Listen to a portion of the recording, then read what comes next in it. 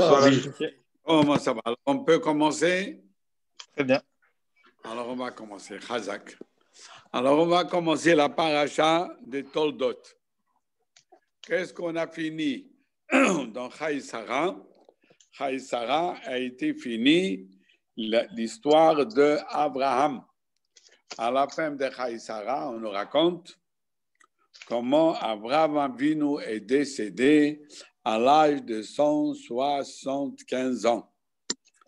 Et on nous parle aussi quand est-ce, à quel âge Ishmaël est décédé.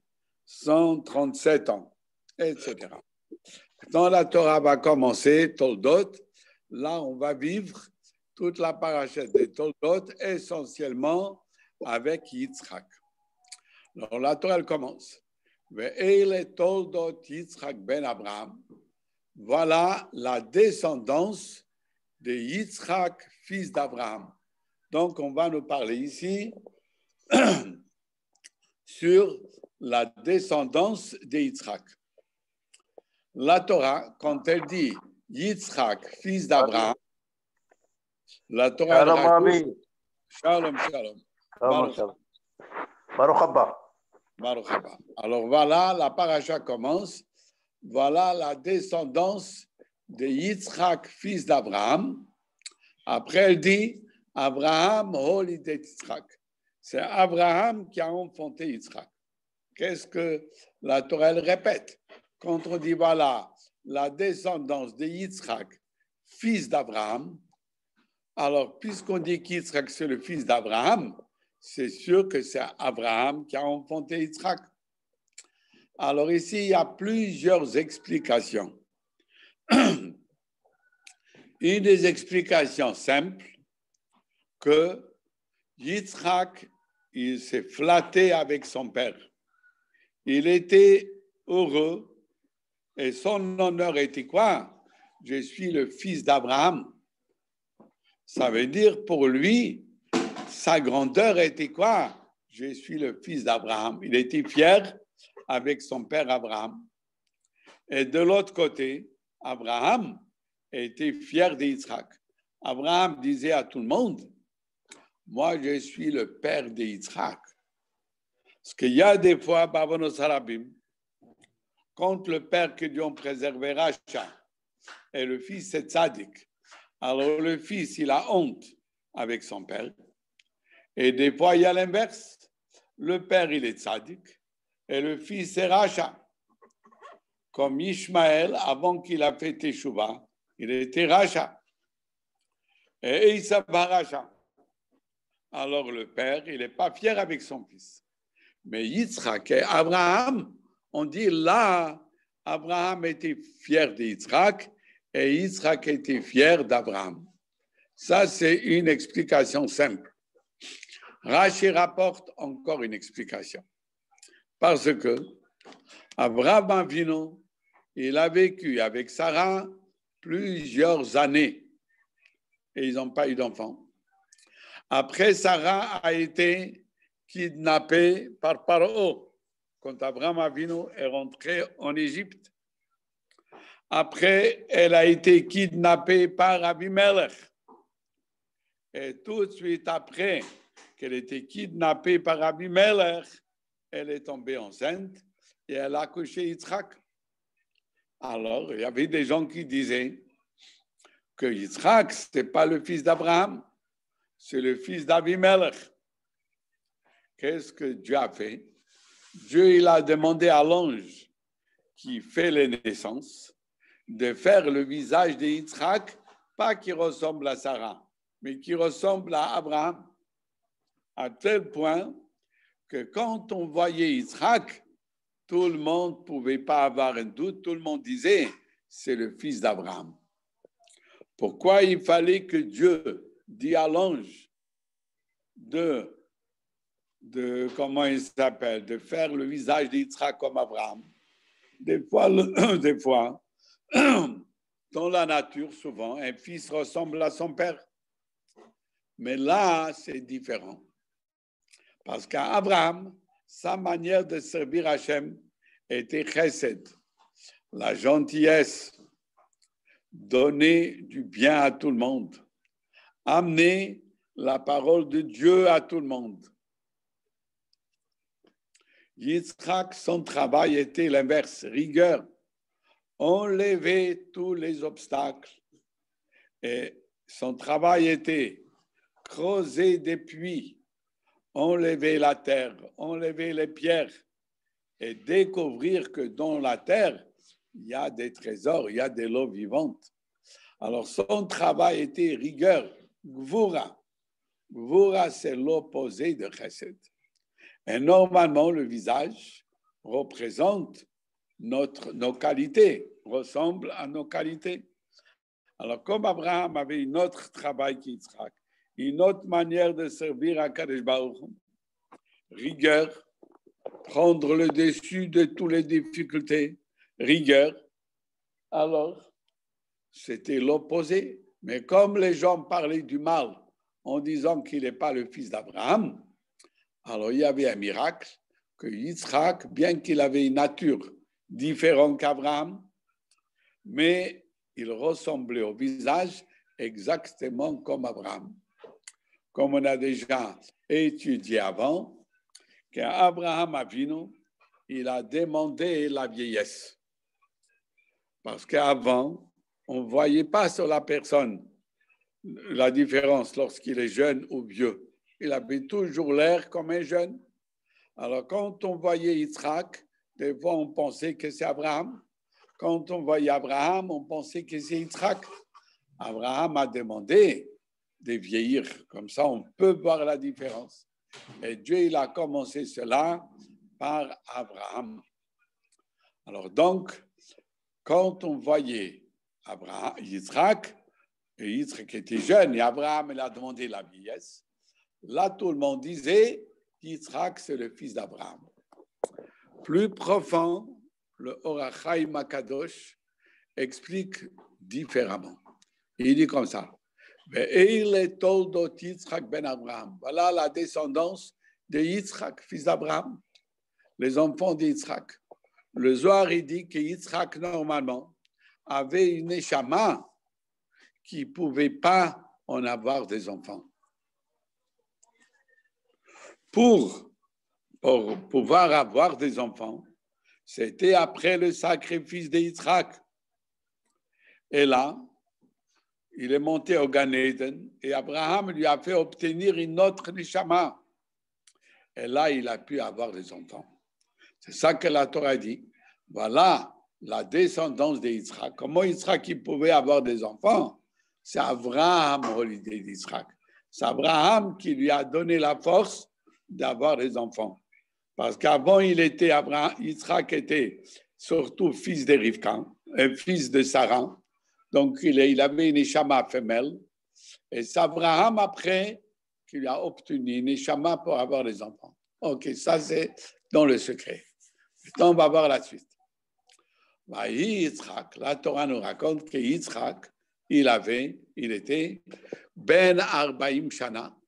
Il avait l'âge de 40 ans. Bekarto et Rivka. Quand il a épousé Rivka, il avait 40 ans. Alors là, on se pose une question.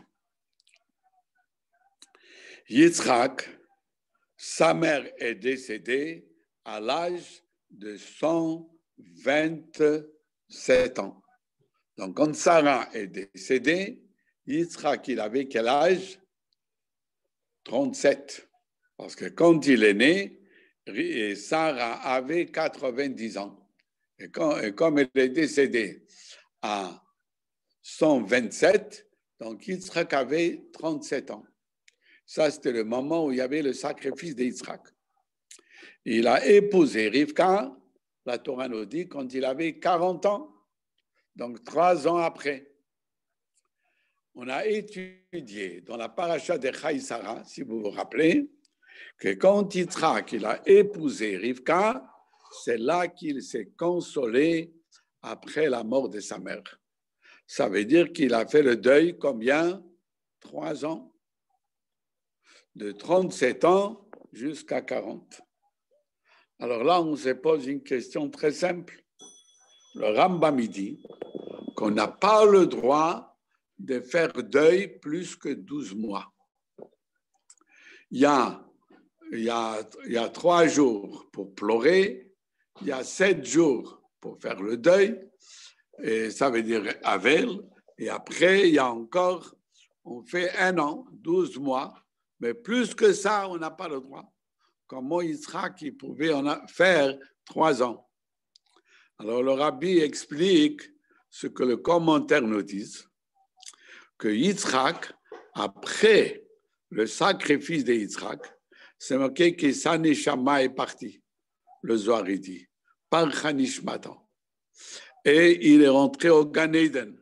Il est resté au Gan Eden 3 ans. Quand il est revenu du Gan Eden, avec une nouvelle neshama, là, il a appris que sa mère est décédée. Et quand on entend une nouvelle, une ancienne nouvelle, on doit faire le deuil, mais très vite, un petit moment, et après c'est fini.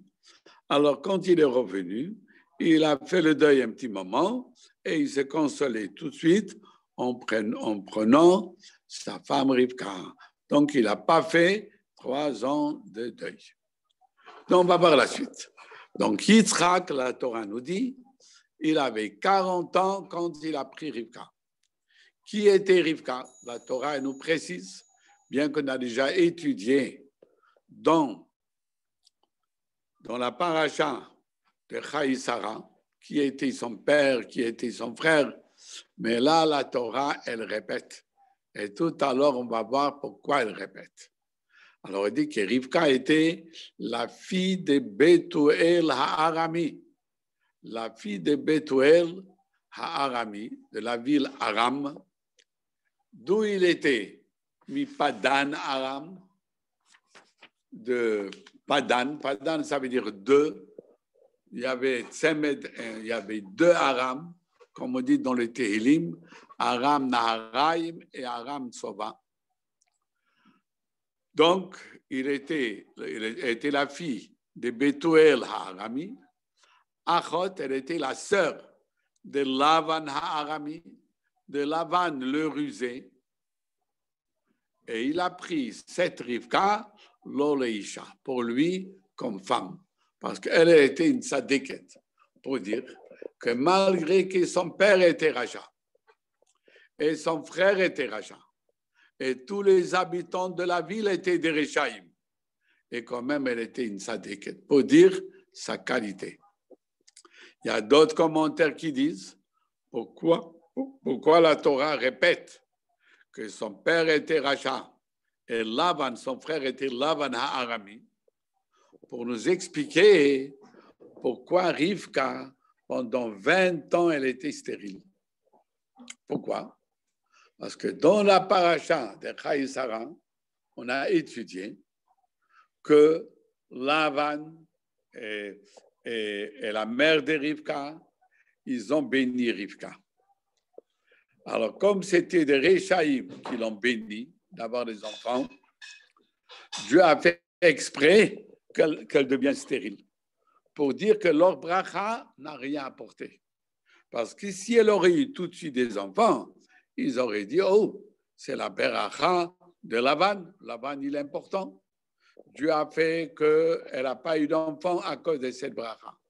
Et c'est uniquement quand Yitzhak va prier avec Rivka, c'est là qu'elle aura un enfant. Alors la Torah nous raconte la suite. Il a prié très fort, Yitzhak l'Hachem. Yitzhak, il a prié Hachem avec une très grande force. Et le Targum Yonatan Ben Ozir nous dit où il est parti Yitzhak pour prier. Alors il dit, il est parti l'Hachem. Il est parti dans Har HaMoria, à l'endroit où Abraham lui a fait le sacrifice de Yitzhak. Parce qu'Abraham, il appelait cet endroit Hachem Ireh. Il l'appelait Hachem. Donc il est allé dans cet endroit, dans Har HaMoria, prier, le Noch HaChishto, en face de sa femme. Ça veut dire, elle aussi, elle priait. Les deux, ils priaient. Pourquoi ils priaient? Qui a Karaï, parce qu'elle était stérile. Il y a des Chachamim qui disent que même Yitzhak était stérile. Pour ça que c'est marqué hi avec un vav, donc on peut lire hu et on peut lire hi. Ça veut dire lui, il était stérile, elle était stérile. Aterlo Hachem. Hachem lui a répondu sur sa prière. Vataha Rivka Ishto. Et Rivka, sa femme, est tombée enceinte. Pourquoi la Torah elle précise Aterlo? Dieu il a répondu à lui. Normalement, c'est marqué que quand un homme y prie et une femme elle prie, en général, la prière de la femme monte en premier. Pourquoi? Parce que quand l'homme il fait la tzedaka et la femme fait la tzedaka, donc quel tzedaka le pauvre peut profiter tout de suite? C'est dans la tzedaka de la femme. Quand l'homme il fait la tzedaka, il donne de l'argent. Le pauvre doit aller au magasin acheter et qu'après, il peut, manger ou boire, prendre des forces. Une femme, quand elle donne tzedaka, elle donne tout de suite à manger. Elle donne tout de suite au pauvre, elle lui donne tout de suite le manger. Pas de l'argent pour acheter à manger. Donc, tout de suite, ça lui fait du bien au pauvre. Donc, normalement, Dieu devrait répondre d'abord à la femme. Je ne vais pas maintenant répéter la longue histoire dans la Gemara où, avec Abechilkiyahu, que les Chachamim ont vu que la prière de sa femme a été exaucée avant lui. Et pourquoi ici, c'est Yitzhak, Rashi dit, parce que ce n'est pas pareil le mérite d'un tzaddik, le mérite de la prière d'un tzaddik, fils d'un tzaddik, ou la prière d'un tzaddik, fils d'un racha. Yitzhak était tzaddik, fils d'un tzaddik. Mais Rivka était tzaddiket, mais fille d'un racha de Bethuel. C'est pour ça que la réponse a été d'abord à lui. Maintenant, la Torah nous raconte la suite. Quand elle est tombée enceinte, les enfants, à l'intérieur, ils se sont bagarrés entre eux. Ils se sont poussés. Normalement, quand il y a deux jumeaux, ils sont tranquilles. Normalement, un, il ressemble l'autre. Ils se ressemblent. Et même dans le ventre, ils sont normalement tranquilles. Là, elle a vu que les enfants à l'intérieur, ils se bagarraient. Et le Midrash dit que le bagarre était dans plusieurs choses. D'abord, le Midrash dit que Esav disait, moi je sors le premier. Jacob a dit non, moi je vais sortir le premier. Et Esav a dit, si tu ne me laisses pas, je vais donner 2 coups à ma mère et je vais casser comme ça, on sera obligé de me sortir par une césarienne. Et le Midrash dit qu'Esav en plus, il avait déjà des dents quand il était dans le ventre. On va voir plus tard, il est sorti avec des cheveux et il avait des dents. Et avec des dents, il a mangé, il a détruit toute la matrice de sa mère pour qu'elle ne puisse pas en avoir encore des enfants. Alors, comme il y avait toute cette guerre, Vatomer Rivka a dit, Lamazé Anochi, pourquoi j'ai prié pour avoir des enfants? La souffrance, elle est énorme. Et notre explication, c'est marqué que Rivka, elle ne comprenait pas. Quand elle passait à côté de la yeshiva de Shem et Ever, il y avait 2 grandes yeshivot de Shem, le fils de Noach qui était encore vivant. Il a vécu, si je ne me trompe pas, 590 ans. Donc, il était encore là. Il avait sa yeshiva. Et il y avait la yeshiva de Ever. Dans la yeshiva de Shem, c'est marqué qu'on étudiait surtout la Torah écrite, c'était un prophète. Et dans Ever, on étudiait la Torah orale. Quand elle passait à côté de la yeshiva, elle ressentait qu'il y a un enfant qui pousse, il veut sortir. Quand elle passait à côté d'Avodazara, c'est Esav qui voulait sortir. Elle a dit, qu'est-ce qui arrive? Vateilach, elle est partie. L'Hydroche est Hachem. Elle est partie de demander à Hachem. Alors là, il y a aussi, selon le Midrash, que Esav, il voulait même dans le ventre frapper Yaakov. Il a levé la main pour le frapper, il voulait le frapper. Il voulait d'abord le tuer, etc. Alors, qu'est-ce qui est arrivé? Elle est allée demander à Hachem. Où elle est allée?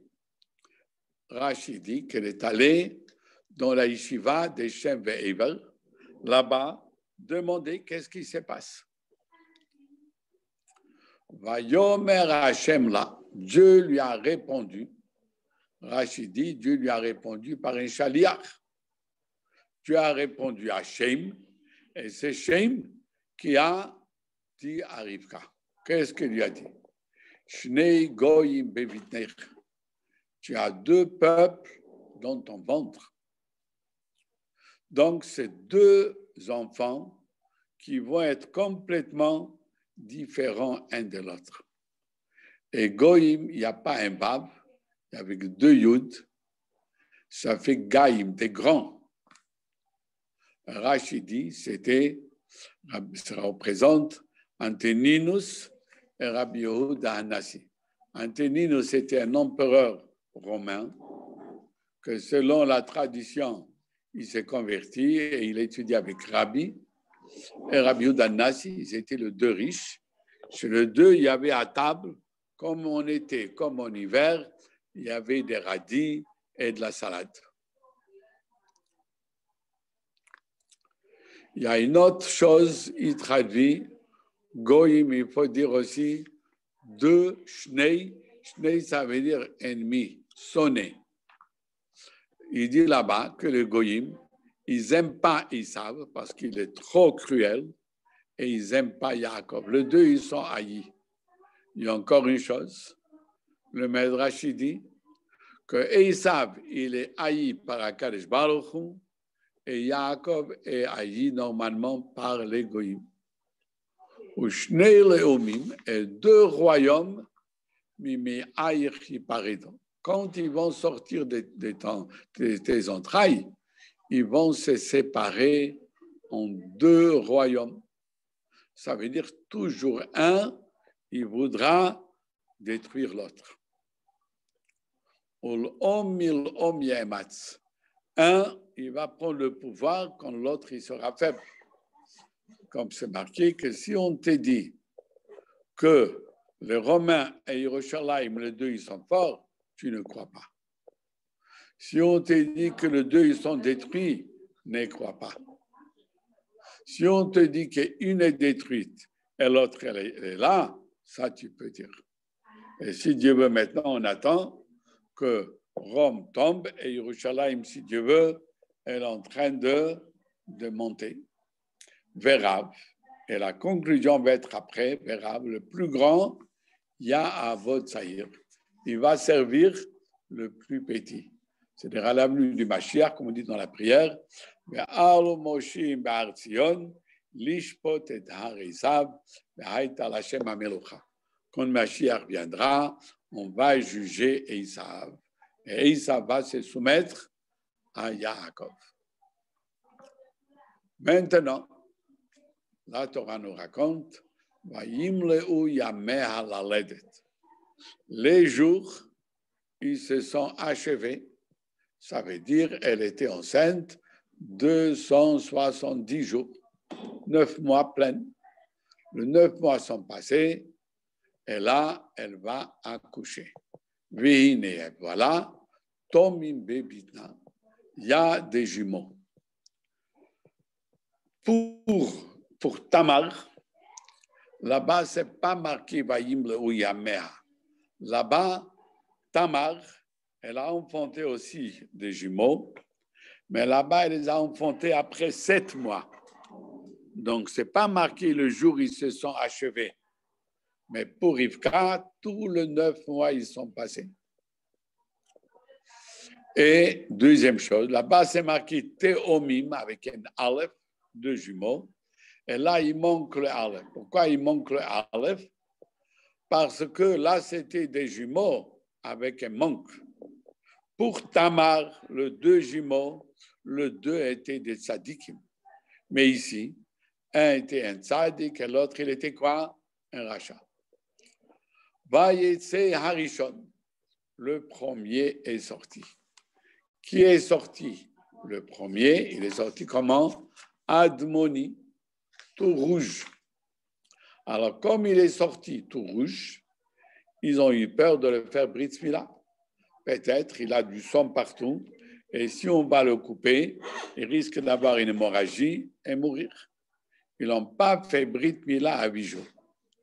Ils ont dit, comme on n'a pas fait à 8 jours, on va le faire à 13 ans, comme Ishmaël. Et quand il aura 13 ans, le Midrash dit, il a refusé. Donc, Esav est resté incirconcis. Il est sorti tout rouge, qui représente du sang, ça va être un sanguinaire. Kulo Ka'ader et Seyar. Il est sorti entièrement avec des cheveux, comme un habit qui est plein avec des poils. Il est sorti comme un singe, plein des poils. Il y a Midrash dit que ça veut dire comme du poil, que quelqu'un, quand il voyait Esav, les poils, ils se redressaient. Tellement il faisait peur à tout le monde. Et comme on a dit tout à l'heure, il avait déjà des dents. Ils ont appelé son nom Esav. Esav, ça veut dire fait. C'est un enfant qui lui manque rien. Il est déjà tout parfait. Il a des cheveux. Et on a dit avant, il avait des dents. Il avait tout. Mais et après, selon le Midrash aussi, qu'est-ce que dit le Midrash? Que Esav, c'est lui qui a bu tout le sang des nidas de sa mère. Donc, il a bu tous les déchets de sa mère et Yaakov pouvait sortir comment? Tout propre, tout pur, tout pur. Maintenant, et après, Yatsa'achim, il est sorti son frère.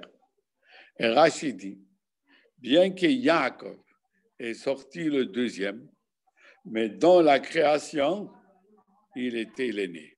Pourquoi? Rachid, dans l'image, tu prends un tuyau et tu mets 2 ballons. C'est lui qui rentre le deuxième. Quand il sort en premier. Donc, Yaakov a été créé en premier, mais il est sorti en deuxième. Mais comment il est sorti?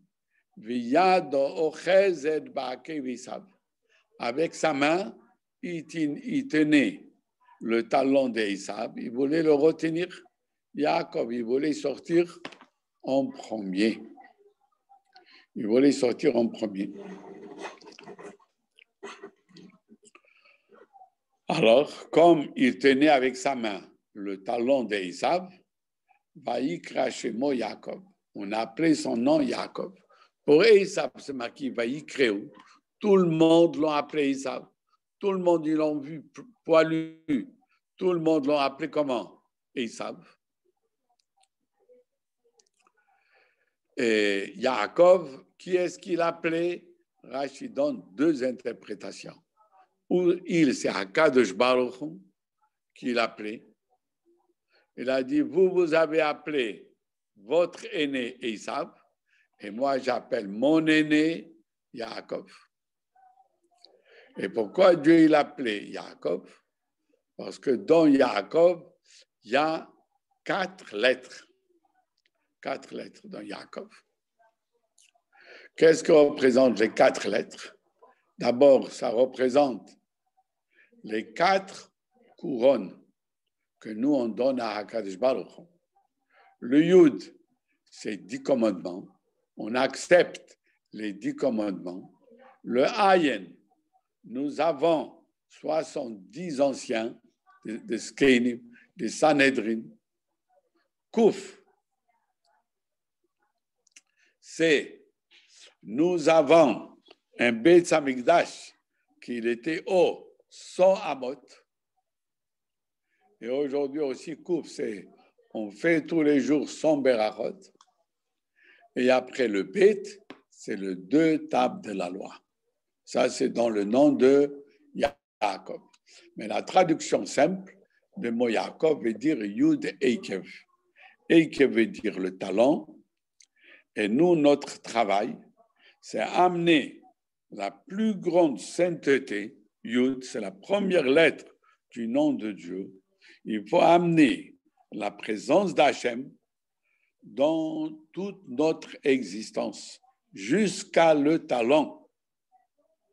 Pas seulement notre tête doit être sanctifiée par l'étude de la Torah, pas seulement nos mains doivent faire des mitzvot, même nos pieds et nos talons doivent courir pour faire des mitzvot.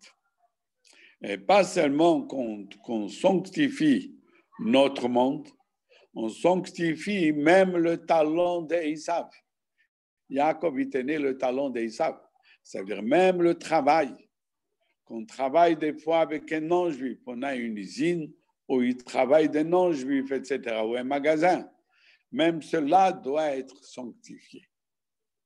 Ça, c'est Yaakov. La Torah nous raconte, Yitzhak, ben Shishim Shana, Beled et Totam. Il avait quel âge? 60 ans quand il les a enfantés. Donc, il s'est marié, on a dit avant, quand il avait quel âge? 40 ans. Et il a enfanté Yaakov et Isav lorsqu'il avait 60. Ça veut dire que pendant 20 ans, il n'a pas eu d'enfant. Maintenant, la Torah nous raconte la suite. Vayigdelu hane'arim. Les enfants ont grandi. Qu'est-ce que ça veut dire? Ils ont grandi. Alors, la traduction simple, ils sont devenus grands. Quand ils étaient petits, personne ne s'intéressait sur leur comportement, c'était petits. Quand ils sont grands, là, les gens, ils ont commencé à regarder comment ils se comportent. Et là, on a vu la différence entre Esav et Yaakov. Alors, la traduction simple, quand ils ont grandi, là, on a vu, Vaï Esav est devenu Ish Yodei Hatzait, un homme qui connaît la chasse, ça veut dire il sait chasser. Ish Sadeh, un homme qui fréquente les champs. Et on va expliquer un peu plus. Non, on va finir d'abord le pasuk, après on va expliquer. Et Yaakov, Ishtam, un homme intègre, un homme droit. Tam, ça veut dire aussi parfait. Il dit dans Abba de Rabbi Nathan que Yaakov, il est né circoncis, il était déjà parfait. Yoshev Ohalim, il était assis dans les tentes et étudier la Torah. Donc, quand on dit les tentes en pluriel, comme on a dit avant, dans la yeshiva de Shem et dans la yeshiva de Eivel. Maintenant, on va voir ce qui arrive ici. Que quand ils ont grandi, alors Esav, il est devenu grand, faire la chasse. Qu'est-ce qu'il a fait? Il a tué à ce moment-là, ce jour-là, quand il a grandi, il a tué Nimrod et le fils de Nimrod, Echanor. Et quand il a tué Nimrod, il a récupéré chez lui les habits d'Adam Harishon. Et aussi, le même jour, qu'est-ce qu'on nous dit le même jour? Il a fait aussi, comment il s'appelle? Il a violé des femmes et il a fait Avodah Zarah.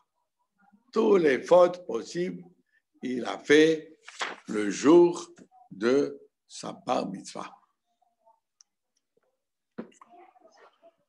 Ok, pas bar mitzvah, c'est surtout le jour de 15 ans, quand il avait 15 ans. C'est le jour qu'Abraham est décédé. Là, il a commencé à faire des bêtises, pas avant, pour qu'Abraham ne voit pas son petit-fils faire du mal. On va rapporter maintenant juste le Zohar. Le Rabbi rapporte le Zohar. Le Zohar, il dit, Vayigdelu haneharim. Les enfants ont grandi. Le Zohar, il dit, quelle grandeur! Une grandeur spirituelle. Même Yaakov et même Esav, ils ont grandi spirituellement. Pourquoi? Il dit le Zohar. Parce qu'Abraham Avinu s'occupait de leur éducation. Donc, Abraham leur a donné une bonne éducation. Et selon l'éducation d'Abraham, même Esav, il pouvait être un grand. Mais après la mort d'Abraham, il a choisi le mal. Et là, on va expliquer en quelques mots. On a dit avant qu'Esav, déjà avant, il courait vers Avodah Zarah, dans le ventre. Comment on peut dire qu'il a été grand, il était bien? Alors, le Rabbi explique en 2 mots. Nous, tous les mitzvot que nous faisons, toutes les manières de servir Hachem, nous le prenons de nos ancêtres. Nos ancêtres nous donnent force pour réaliser notre service d'Hachem. Comme c'est marqué, Maaseh Avot, Siman Lebanim. Tout ce que les patriarches ont fait, ils nous donnent force de le réaliser. Alors, comme chez nous, il y a 2 manières de servir Hachem. Déjà, il y a une manière de Issachar et Zevulun. Il y a un qui étudie la Torah, Issachar, et il y a un autre qui travaille. Nous avons encore une différence. Il y a dans le Bnei Israël, il y a des tzadikim, qui dès le début ils sont tzadikim. Après, il y a une deuxième manière de servir Hachem, comme il dit dans Rambam, c'est Kovesh et Yitzro. Ça veut dire, on a envie de faire des bêtises et on retient notre Yitzhara et on sert Hachem. Rigueur, malgré qu'on a envie à faire du mal. Mais comme on est attaché à Hachem tellement fort, qu'on prend de là le dessus de se retenir. Et encore plus, si un juif a déjà fauté, il va faire teshuva. Et quand il a déjà fauté, c'est plus difficile de se séparer de la faute, surtout si on s'est habitué. Et pour cela, on prend force de nos patriarches.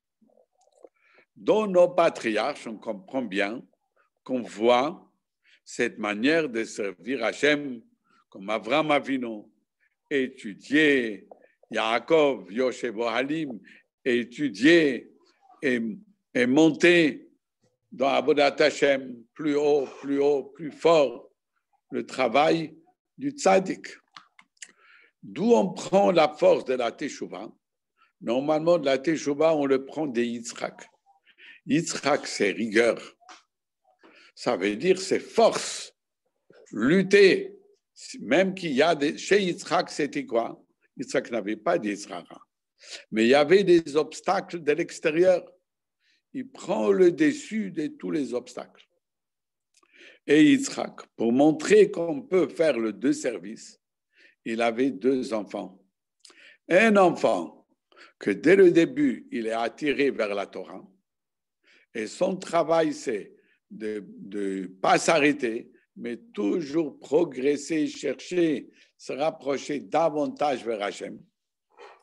Et il y a une deuxième manière, que déjà dans le ventre, il a une attirance vers Avodah Zarah.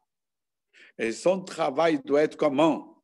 Par l'éducation qu'il a reçue d'Abraham, de lutter, être un bon descendant d'Israël, et lutter et retenir ses instincts. Et au début, Abraham Avinu, il a agi sur Esav.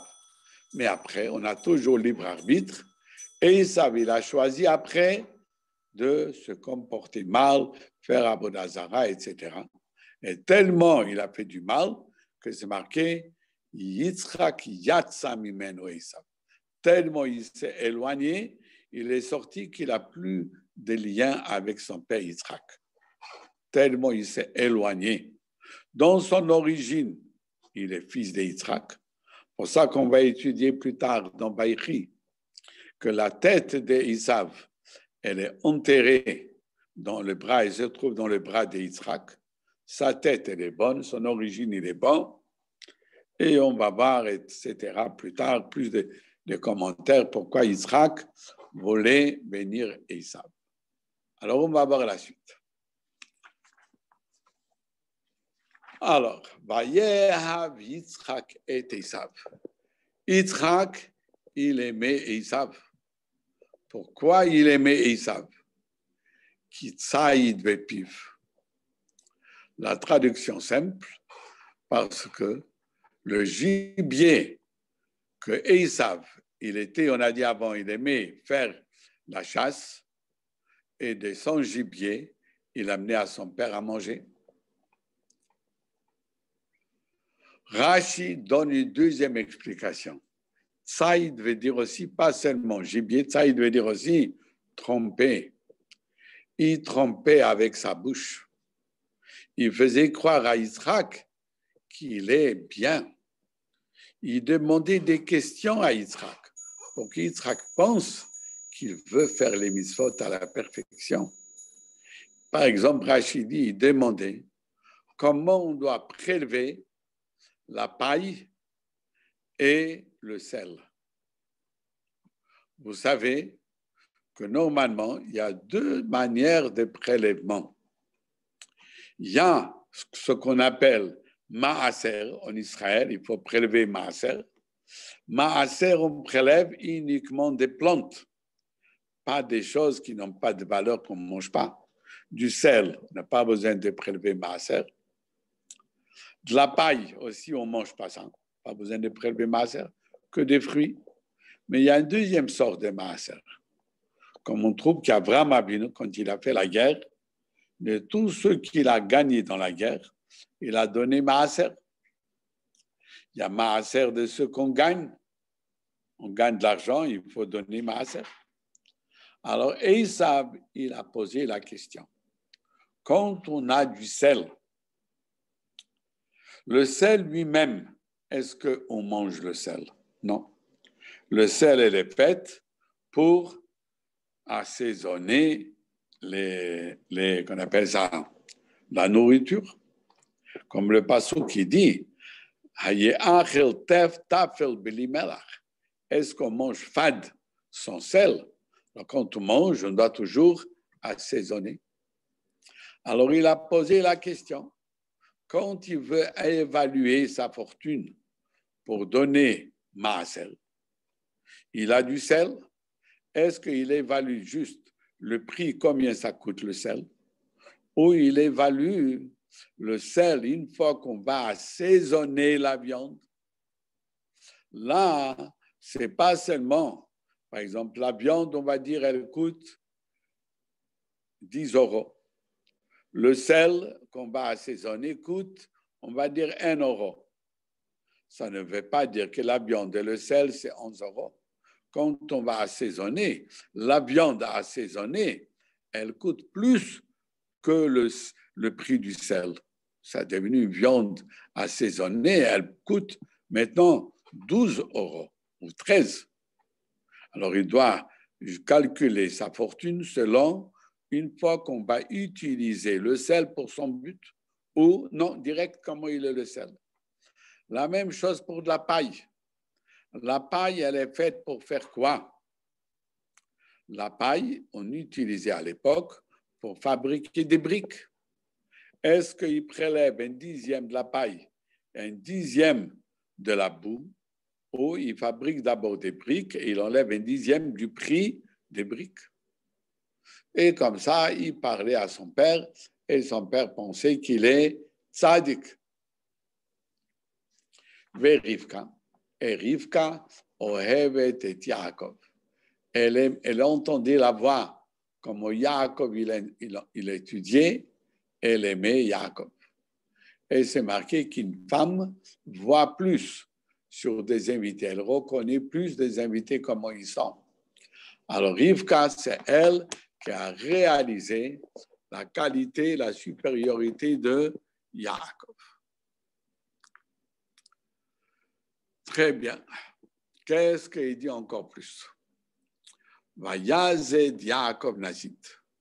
Là, on voit que Yaakov, il va faire cuire un plat de lentilles. Pourquoi il va faire cuire un plat de lentilles? Parce que ce jour-là, Abraham Avinu va décéder.